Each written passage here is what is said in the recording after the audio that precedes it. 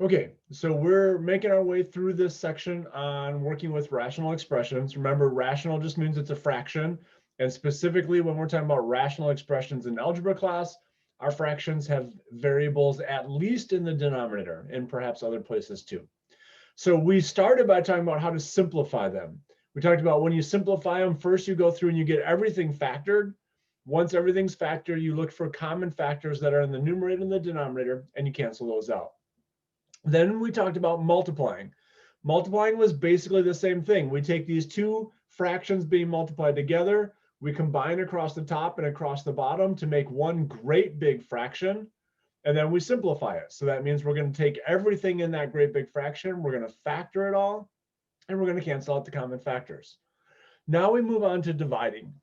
Dividing is almost exactly the same as multiplying. In fact, you might remember from elementary school that when you are dividing fractions, you don't actually go through a division process. You tweak the problem just a little, and then you multiply. And so you'll find that in this video, the examples we will look at will be very similar to the last video. The only real difference is we'll have to add that initial step where we convert our divide into a multiply. So with that background, let's take a look at the learning objectives and get started. There's only one learning objective, kind of like the last couple of videos have been, simply that you can divide rational expressions. Okay, so let's get started, just like we have in the recent videos, by looking at a problem that you might have done back in elementary school. So example number one, let's suppose that I'm taking the fraction 5/6 and I am dividing 5/6 by, let's go with 10/13. How about that? 5/6 divided by 10/13. So there we go. This is what our task is. So there's a lot of different ways that you might have learned this. There's little sayings, there's little tricks and things to help you remember.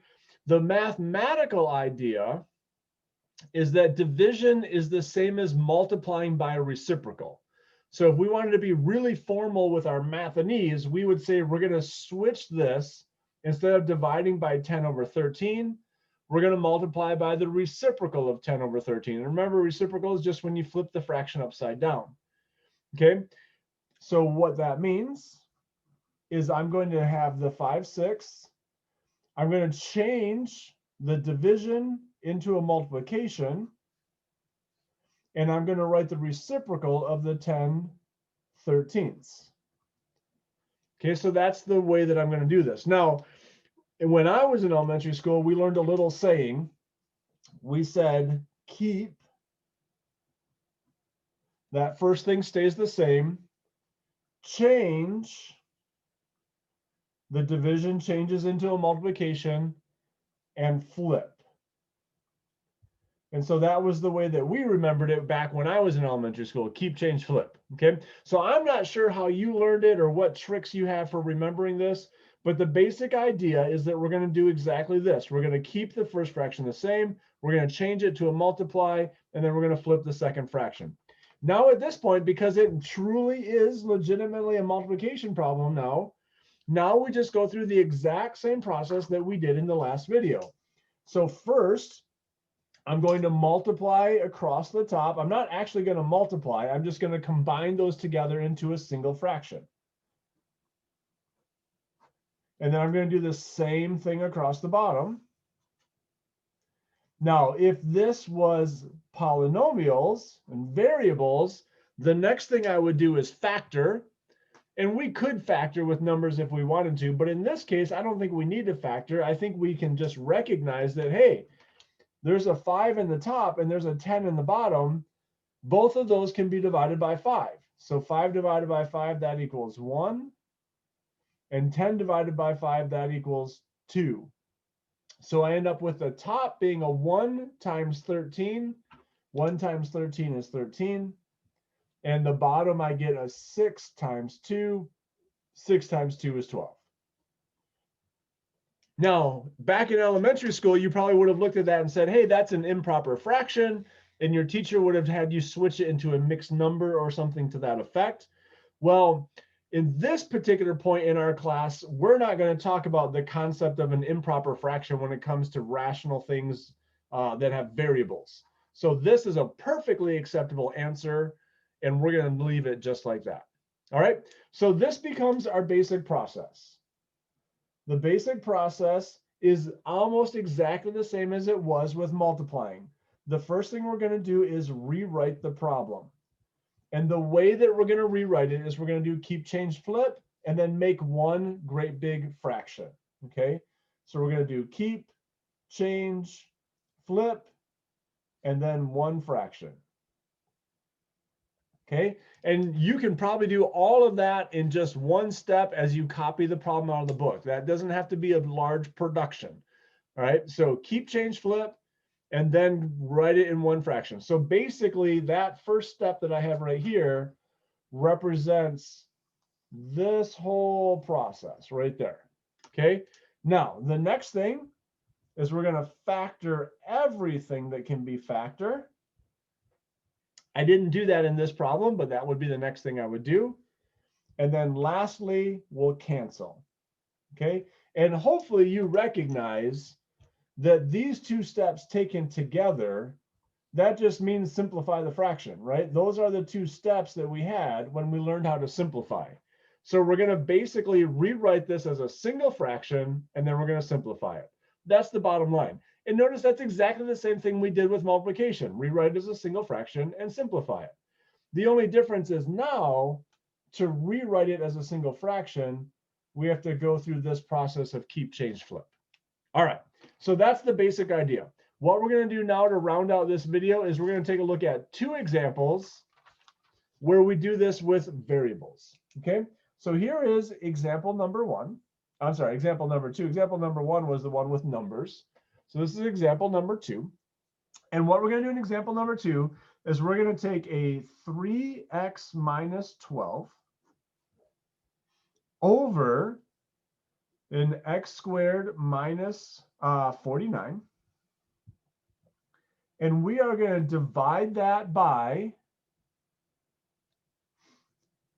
a, we're going to divide that by a x squared minus 14x plus 49. And then on the bottom, we're going to have a x squared plus 13x plus 42. Okay, so there is our problem. There's our problem. All right, so step number one, we're going to rewrite this, right? Here's our procedure. Rewrite this, and the way we're going to rewrite it is we're going to do keep, change, flip, and make it into one fraction. So one great big fraction, that's the first thing that I'm going to have. One great big fraction. The stuff from the first half, the first fraction, stays the same. That's my keep, 3x minus 12, x squared minus 49. That's my keep. Change, I'm making this into a multiply, which means now the stuff is just going to get multiplied into the same fraction. And then flip. So the stuff that was in the bottom now goes to the top.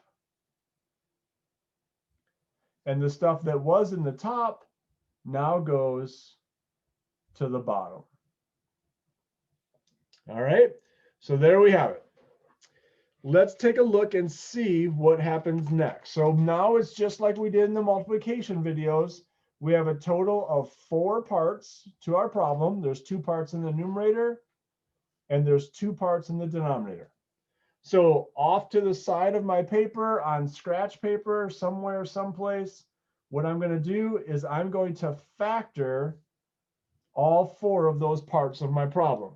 Okay, so the first part is a 3x minus 12. Now at this point, we've learned how to factor, right? So what I would recommend is once you get these 4 parts written down, there's my second part, my third part, and my last part. So once you get these 4 parts written down, right now, pause the video and try and do the factorization of that part on your own, because we've done a lot of factoring and hopefully you can get those factored on your own. So pause the video now and try that. All right, so hopefully you've factored these. In this first one, you should recognize I can divide both of these things by 3. So that's a greatest common factor. And that leaves behind an x minus 4 inside of the parentheses. So that's what comes from my first one. From my second one, nothing here is a perfect square. So I'm going to have to do this with grouping. So I've got a 1 times 42, that's equal to 42. I need factors of 42, so that's 1 and 42. That's 2 times 21. That's 3 times 14. And 6 times 7. And I think that's it. So I want to pick the pair that add up to be 13. Well, that would be 6 and 7. 6 and 7 add up to be 13. So I'm going to split that 13 into a 6x plus a 7x. And now I can write down my factorization from that. So I do greatest common factor from my two groups. And then I take out the thing that they have in common, and I combine together the parts that are different. So there's my factorization from the second one. My third one does have a shortcut because I can take the square root of both of these. The square root of x squared, that becomes an x. The square root of a 49, that becomes a 7. And those are being subtracted. This is a difference of squares. So the way the difference of squares rule worked is we're going to put down 2 sets of parentheses. We're going to put an x and a 7 in both of those, and we're going to make one of them positive and one of them negative. Last but not least, notice this one also has that same feature that I can take the square root of both of these, x and 49, right? That's still the case, but now it's not a difference of squares. Now it has 3 terms, which means this is a perfect square. So I don't need 2 sets of parentheses. One will do, and that's going to get squared. Inside of the parentheses, there'll be my x and my 7, and the sign that I keep is going to be that first sign that I have right there, a minus sign. So now I have all of those factored. Keep in mind, for number 3 and number 4 here, you could have done those with grouping if you wanted to. Again, for any of these factoring methods, whether it's the greatest common factor, grouping, or the shortcuts, if there's a part of that that you're confused on or I went too quickly through, you can always go back and re-watch some of the videos on factoring from the previous weeks of our class. All right, so here's what we've got. I've got this great big fraction up here. Well, I still have that great big fraction. That hasn't gone away. But now I can rewrite it. So this first piece right here that was a 3x plus 7, now I'm changing that into what I've got right here, a 3 times x minus 4. Okay, in the second piece that came up here, I did have an x squared plus 13x plus 42. I'm going to change that into a x plus 6 and an x plus 7. Okay, my third piece that was down here in the front was an x squared minus 49. That's going to turn into an x plus 7 times an x minus 7. And then last but not least, in this fourth slot, I had this great big polynomial. That's going to simplify into x minus 7. And what you might want to do, this is a little bit of personal preference, you could write that as squared, but since I'm about to start canceling things, sometimes I like to go ahead and write that out, right? Remember, squared means it's multiplied by itself. So sometimes I don't write it as squared. I write it as being times itself. That makes it a little easier to see what can cancel. Okay, so that's where we are. Let's start canceling. So in the top, I have a 3 that does not cancel. X minus 4 doesn't. X plus 6 doesn't. X plus 7 does. Those two cancel. And then x minus 7's in the bottom. They don't cancel with anything. So that's it. Only those two things cancel. So for my answer, remember, we do not need to multiply all this stuff back together. All we need to do for our answer is write down the things that are left. So in the top, there's a 3 there's an x minus 4, there's an x plus 6. In the bottom, I have 3 x minus 7s. So you can choose to write that 3 times if you want to, or you could also choose to go back and use that concept of an exponent. Since we're done canceling things, you could write it as being in x minus 7 to the 3rd power, and that would be okay to write also. So I would consider both of these to be correct answers. It doesn't matter to me which way you write it. Honestly, I probably would write it this way, but you could write it either way and you'd be fine. All right, so this is example number 2. That's our first one with a variable, with variables. Let's wrap it up with one final example where we're looking at things that have variables. So here's example number 3. And in this example, we are going to divide in 6x squared plus x minus 15 over a 4x squared. And that will be divided by the quantity 3x squared plus 5x. Okay, so what I'm going to recommend is that you start by pausing the video and just do the rewrite. Okay, just do the rewrite and then resume the video to make sure that you've written it correctly.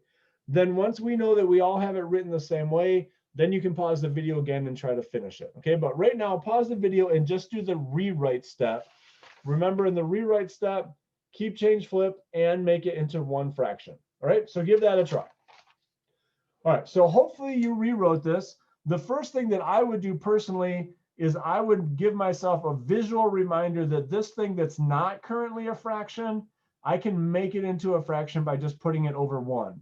So now I've got that stuff over 1, and it's being divided into this stuff here. So that's the first thing I would do, is I'd put that over 1. Now, the next thing I would do is I'd make one big fraction. And in the first 2 slots on the top and the bottom, I would keep these things exactly the same. So a 6x squared plus x minus 15 and a 4x squared. So that's my keep part, right? We've got keep, change, flip. That's my keep part. The change part is my divide is turning into a multiply. So that's why I'm putting this all into one big fraction, because that's the first step of the multiplication process, is mash it all together into one big fraction. Now I move on to the flip part. This fraction that was a 3x squared plus 5x over 1, I'm going to flip it into a 1 over 3x squared plus 5x. Okay, so now I've rewritten it. And if you didn't quite get it that way, make sure you make some corrections. Make sure that you're happy with how that's written. Make sure you're clear with why I wrote it that way. And then pause the video now and try to finish the problem.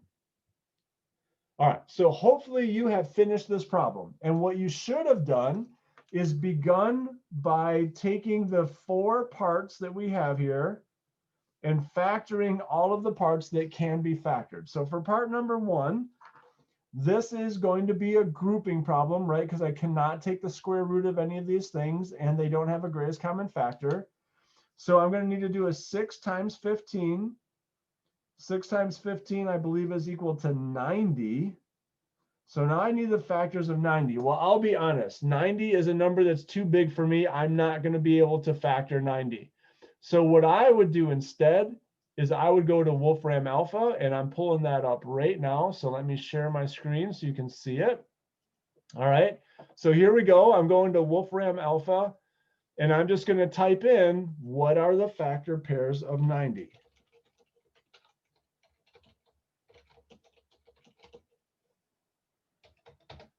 All right, so here we go. Factor pairs of 90 are, there they all are. So I've got a 1 and a 90.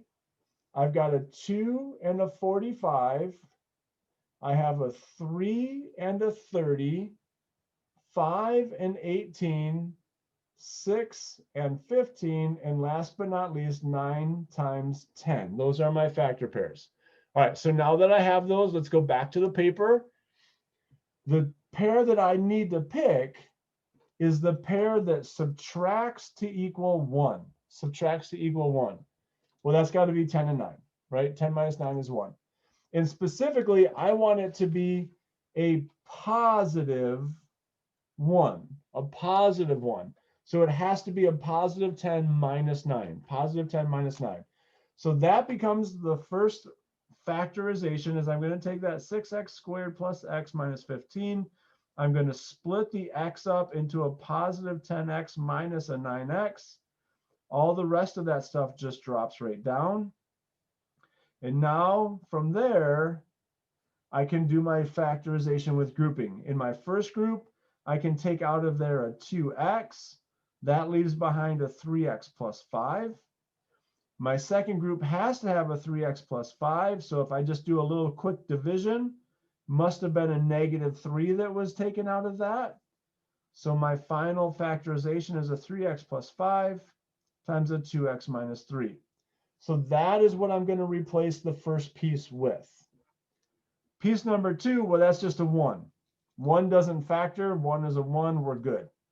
Piece number 3, 4x squared, that's already factored, right? This is already things being multiplied together. Remember, that's what factored means. Factored means I have things that are being multiplied together. I have that right now.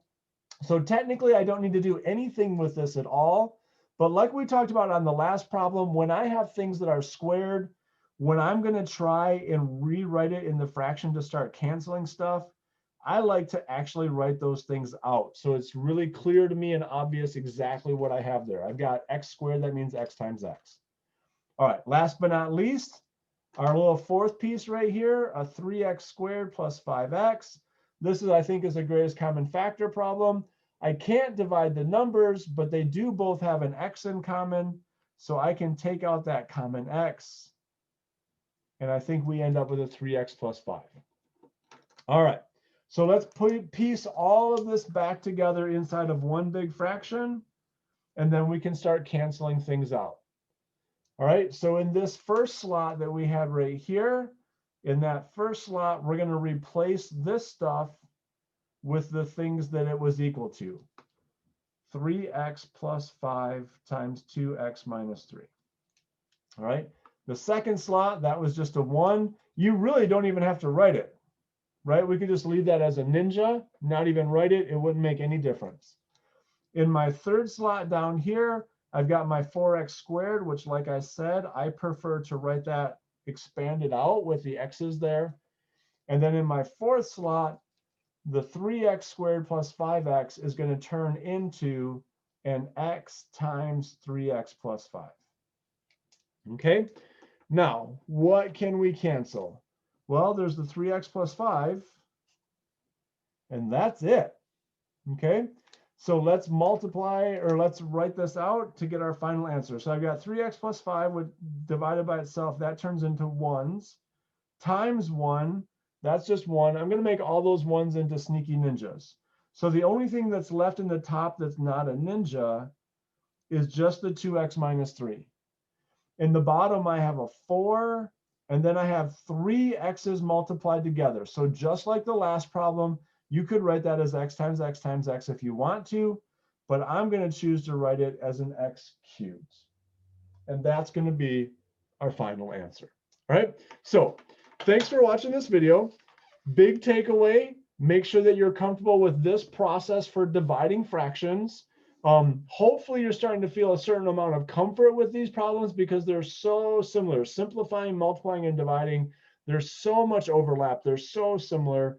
Hopefully you're starting to feel fairly comfortable with those. All right, so thanks for watching this. Have a good one.